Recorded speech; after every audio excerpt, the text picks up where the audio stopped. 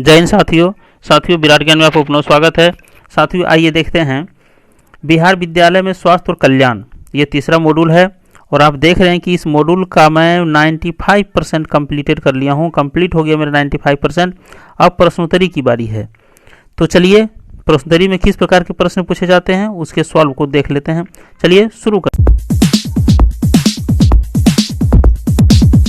साथियों यही पहला सवाल है। ये हो सकता है कि आपका ये मेरा पहला सवाल है, लेकिन आपके जो मॉड्यूल 3 का जो प्रश्नोत्तरी होगा उसमें आपका हो सकता है 5वें नंबर पे हो, 10वें नंबर पे हो, क्योंकि 10 सवाल पूछने हैं टोटल, इसलिए लेकिन सवाल यही रहेंगे, लेकिन अलग अलग प्रश्न नंबरिंग अलग अलग हो सकते हैं। चलिए देखिए पहला सवाल, मुख्यतः घरेलू हिंसा कहाँ होती है? गरीब परिवार में, कुलीन परिवार में, उपरोक्त दोनों, इनमें से कोई नहीं। आप जानते हैं कि घरेलू हिंसा होने की बात, जैसे घर में लड़ाई झगड़ा, घर में बच्चों के साथ दुर्व्यवहार, उसके यौन शोषण या कुछ भी हो जो कि घरेलू हिंसा होती है, तो उसमें गरीब परिवार या कुलीन परिवार कुछ नहीं देखा जाता है, दोनों में होगा, इसलिए उपरोक्त दोनों आप इसमें सही करिए।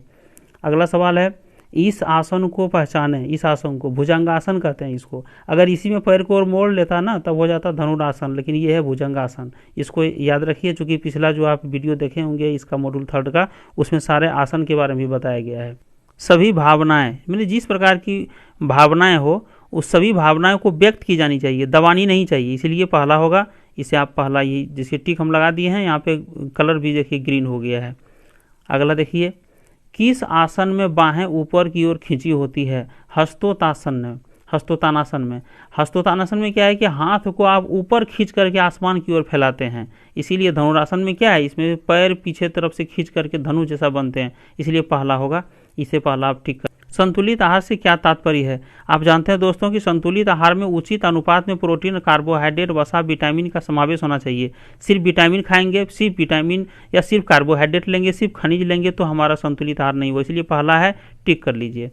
अगला है, स्कूल सुरक्षा और स्वच्छता में क्या नहीं आता है? क्योंकि पीने का पानी और भूकंप, ये तो सुरक्षा और में स्वच्छता में आएगा ही, और पर्याप्त स्वच्छता सुविधाएं और सड़क सुरक्षा ये भी आएगा। लेकिन यहाँ सांपों और किसी भी अन्य कीटों द्वारा परिसर पर आक्रमण, टूटी हुई कोई बाउंड्री नहीं होना। वास्तविक में जो बाउंड्री टूटी हुई, कभी हो सकता है ईंट गिर जाए, बच्चों पर घायल हो जाए, इसीलिए ये सब आएगा। लेकिन पूछ रहा है कि कौन नहीं आता है, तो इसमें होगा इनमें से कोई नहीं, सबसे लास्ट वाला टिक कर लीजिए। चलिए अगला है, शारीरिक स्वच्छता में क्या नहीं आता है? व्यायाम तो शारीरिक स्वच्छता मतलब शरीर की स्वच्छता। मानसिक स्वच्छता अलग हुआ, जिसमें योग हम लोग करते हैं, और मेंटलिटी वाला जो प्रोग्राम होता है उसको करते हैं, लेकिन यहाँ पे देखिए योग भी आएगा इसमें शारीरिक स्वच्छता में। घरेलू शारीरिक गतिविधियाँ, जैसे घर में काम कर रहे हैं, गेंद फेंकना, खेल करना, लेकिन टीवी पर व्यायाम देखना, सिर्फ हम देख रहे हैं बैठ करके, तो हमारे शरीर में कोई एक्टिविटी नहीं हो रही है, इसीलिए तीसरा नंबर का होगा, इसको टिक कर लीजिए। कह रहा है कि कौन नहीं आता है, क्या नहीं आता है, तो टीवी पर व्यायाम देखना नहीं आता है। अगला, निम्नलिखित में से कौन सा कथन सत्य है? कह रहा है इसमें हमारे शरीर में परिवर्तन प्राकृतिक, सामान्य और स्वस्थ होते हैं। हमारे शरीर में परिवर्तन जो होता है, जैसे मैंने बॉडी का बढ़ना, वृद्धि और विकास, क्योंकि आप जानते हैं वृद्धि शरीर की बढ़ना को कहते हैं, विकास मानसिक स्थिति का बढ़ना, विकास करना कहते हैं, तो ये पहला ही सही होगा। आगे वाला पढ़ लीजिए, बच्चों के बीच सभी परिवर्तन एक ही समय में होते हैं, ये संभव है? नहीं संभव है, क्योंकि बच्चों के बीच जो परिवर्तन होगा वो अलग अलग समय में होते हैं, सबका अलग अलग तरीके से परिवर्तन भी होता है। शारीरिक परिवर्तन हमेशा मानसिक सामाजिक परिवर्तनों से पहले होते हैं, ये भी गलत है, क्योंकि शरीर का परिवर्तन और मानसिक और सामाजिक परिवर्तन सब एक साथ ही होते हैं, और अपने अलग अलग बच्चों का अलग अलग ढंग से होते हैं। बच्चों कभी तनाव महसूस नहीं करते, ये भी गलत कर रहा है, क्योंकि बच्चे भी तनाव महसूस का मन है, आप कुछ पढ़ने का दिए या काम करने का दिए तो वो तनाव महसूस करेंगे, इसीलिए पहला ही सही होगा। शारीरिक शिक्षा में किन का समावेश नहीं किया जा सकता है? देखिए, केवल विज्ञान और सामाजिक विज्ञान, तो ये तो होगा, इसका तो करना ही है। केवल भाषा और विज्ञान भी लेंगे, क्योंकि हम शारीरिक शिक्षा दे रहे हैं, उसको शरीर के बारे में बता रहे हैं। अतिरिक्त पाठ्यक्रम गतिविधियां, जैसे मान ली खेल कूद कराना, क्रिकेट खिला देना, कैरम बोर्ड खिलाना, या तो खो खो खिला देना, तो ये सब, इसका मतलब सभी कर दीजिए, बहुत अच्छा रहेगा, सभी लास्ट वाला सही होगा। अगला, इंटरनेट, गैजेट्स और मीडिया के सुरक्षित उपयोग में क्या क्या शामिल है? देखिए, साइबर बदमाशी, बुलिंग, साइबर बदमाशी है तो शामिल नहीं है। हम चूंकि इंटरनेट या गैजेट या मीडिया के सुरक्षित उपयोग कर रहे हैं, तो हमको साइबर बदमाशी से कोई लेना नहीं है।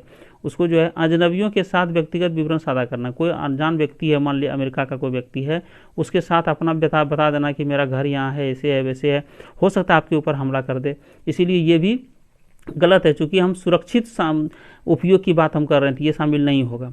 देखिए तीसरा नंबर शामिल होगा सोशल मीडिया पर व्यक्तिगत विवरण साझा नहीं करना। ये बहुत ज़रूरी चीज़ है। कभी भी सोशल मीडिया पर अपना व्यक्तिगत साझा नहीं करें, जब अपना पहचान का आदमी है तभी आप साझा कर सकते हैं। अब लास्ट वाला है सोशल मीडिया पर व्यक्तिगत स्थिति का नियमित रूप से अपडेट करना। व्यक्तिगत स्थिति अपना हम क्यों सोशल मीडिया पर अपडेट करेंगे, हमेशा ईमेल आईडी जोड़ना, हमेशा अपना एड्रेस पता जोड़ना, तो ये सब गलत चीज़ है। इसलिए थर्ड वाला सही होगा जो कि ग्रीन है, आप भी कर लीजिए।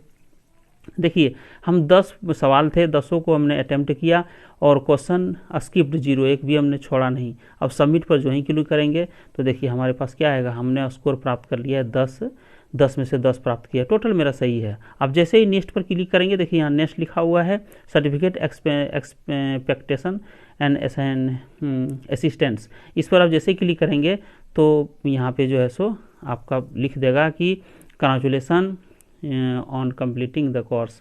यहाँ पे लिख दिया है you will receive the certificate of completion of the this course with in the 7 to 10 working days, मैंने 7 से 10 वर्किंग डेज में हम अपना सर्टिफिकेट प्राप्त कर सकते हैं।